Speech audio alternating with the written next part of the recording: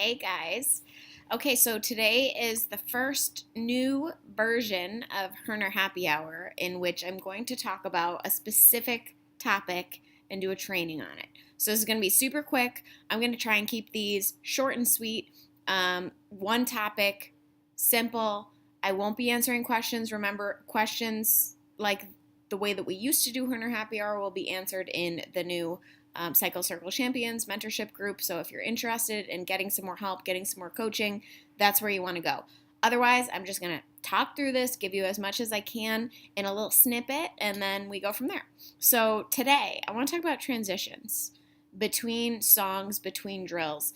I think a lot of us, and there's nothing wrong with this, but a lot of us rely on the fading in and fading out, the cross-fading of Spotify or Apple Music or whatever it is that you're using to get you without that pause between songs, which is great. If you're not already doing that, I highly recommend it. It keeps from that awkward silence in between songs, which is not the worst thing in the world if you're coaching through it, but it does help to have kind of everything strung together, right? It makes it a little bit more, gives you a little bit more momentum with your music, with your drills, all that.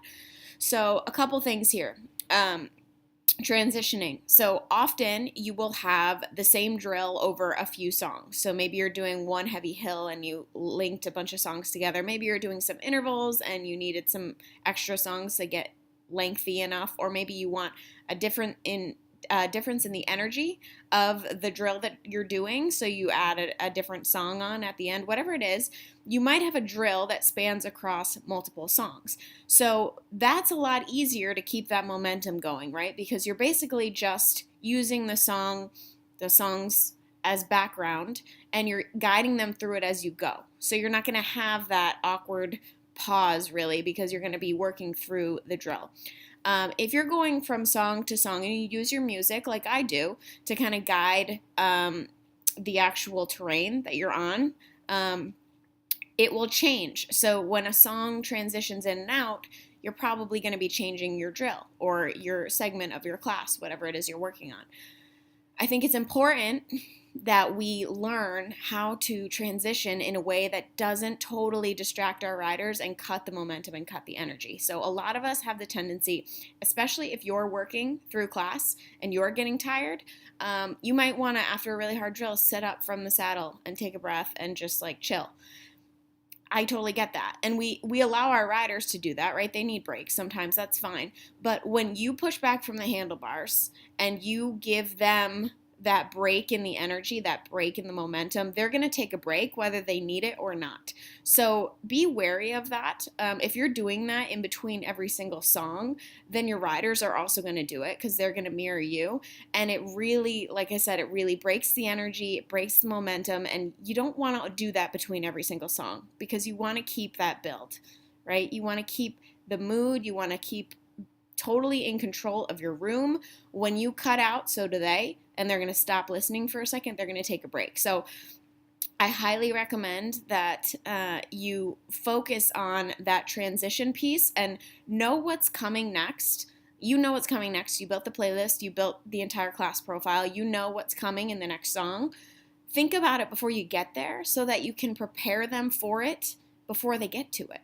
Right? That is the key to a good transition, is you have 20 seconds left in the song that you're currently working on, and you think about, okay, how can I properly and easily transition them into where I need them to be next? So maybe you're down in a hill in the saddle, and the next song is going to be a continuation of that hill out of the saddle.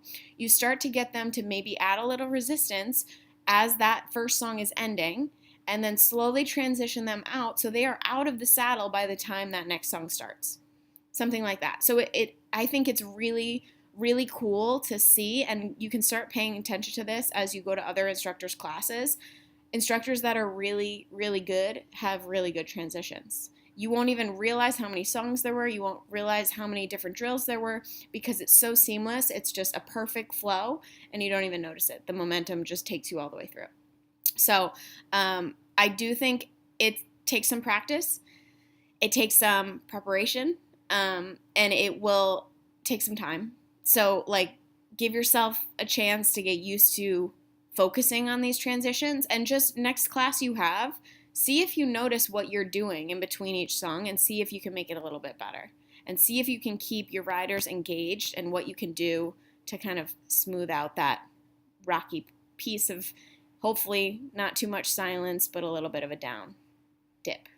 Anyways, okay, I think that's all I got for transitions. But this is important, and it's something that we often overlook, I think. So think about it next time you're teaching. Think about it next time you're prepping your class, and see how you can kind of smooth out those transitions.